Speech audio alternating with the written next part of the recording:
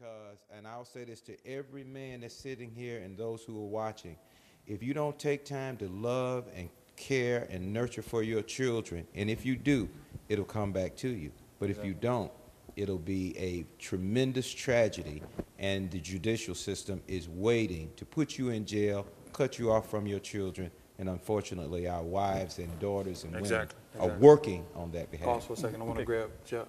Okay. You don't need Well, basically what I just want to get at, because 5 years I was in a serious relationship, probably the only woman in my life that I loved.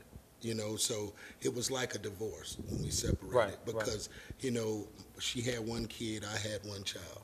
They were same age as 3.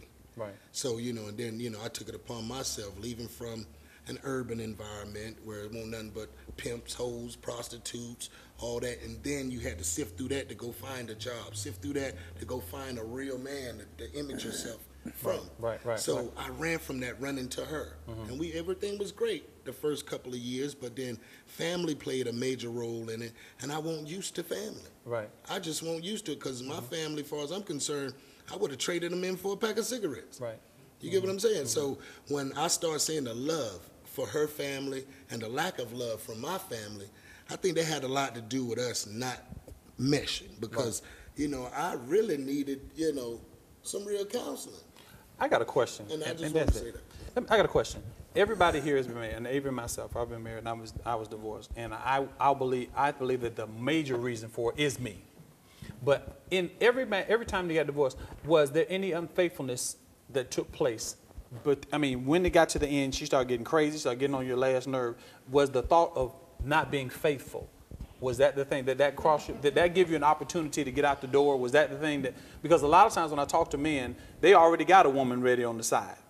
I believe that men have 3 women: the woman they talk to, the woman they sleep with, the woman they either gonna marry, or the one they take home. So each of those women, was that there? Was there another draw of another woman in that marriage? Well, I can say for my own 5-year relationship that, you know, I was introduced to her son's father. And I immediately, you know, took it upon myself to give it to God and just introduce myself to this brother and let him know, hey, you want to come watch the game, want to come and watch, you know, with your son, feel free to come by the apartment. I don't fear you. You know what I'm saying? Because love is in this house. Right. I should have never did that. Because that's who I found in the bed with her 5 years later. So for all practical purposes, your faithfulness wasn't you, it was her. It was her. Okay, what about you? Was that, I mean, I understand, but was it, before the marriage was over, was there infidelity? Did you think, or was there some girl that... So don't do that. Yeah, it's a bad thing. I'm going to be honest with you. I believe, you know, I have a problem with this whole cheating thing, because they take the word and they define it. We've been allowed by the Oprah show and all this stuff. When men go out and find other women, it's cheating, okay? When that woman gets mad at you because when women find other women, it's called lesbianism. No. But when that woman is upset with you about something and she don't sleep with you for a month, I call that cheating, okay? That's good. And what happens with that is that for guys, you get trapped. I'm so much with the man over here. When I got divorced, I felt like I was in a tag team wrestling match without a partner. The state of Georgia and my ex-wife were teamed up on me, bruh, and I didn't have anybody to tag to. So, you know, what happens is that guys a lot of times feel trapped. What do you do when they say, okay, my lawyer told me if you want your son, you forget it. In Clayton County, it ain't happening, buddy. Okay? You're going to waste your money and your time. So you're sitting there searching for answers. You know you leave, your son is gone. You know you're going to pay money forever. And you're just looking for some relief. You hurt. You know what I'm saying? So cheating results. Exactly. It happens. I'm not trying to make an excuse for it. No. But stuff happens. Both times did they hurt? Well, that was wrong. No, because, I mean, both times it hurt, but it was a different kind of hurt. Because, like they say, the first time, I mean, I'll never forget, it was January 4th, 1990, which is KB's birthday. Anyway, you didn't know exactly what day I it was. I know exactly the day. You know, that that was the day that my first wife and I, you know, when I moved out. And it hurt me so bad because I had a small son. And what happened was, that was one of the big things, you know, it was like, look, I don't care what happened between us, don't deny me the right to see my son.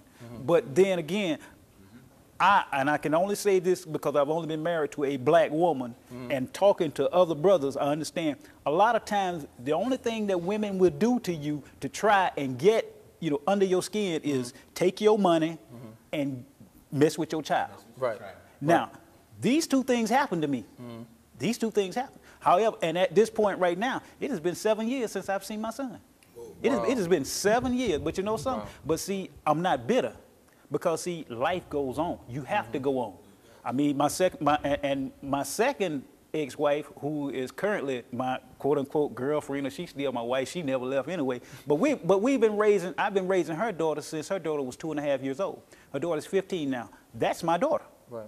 That's my daughter. And at this point right now, anything she needs, I take care of that. But at this point, my 19-year-old son and my 15-year-old stepdaughter, first of all, they're not the same because, see, this one over here has earned the right.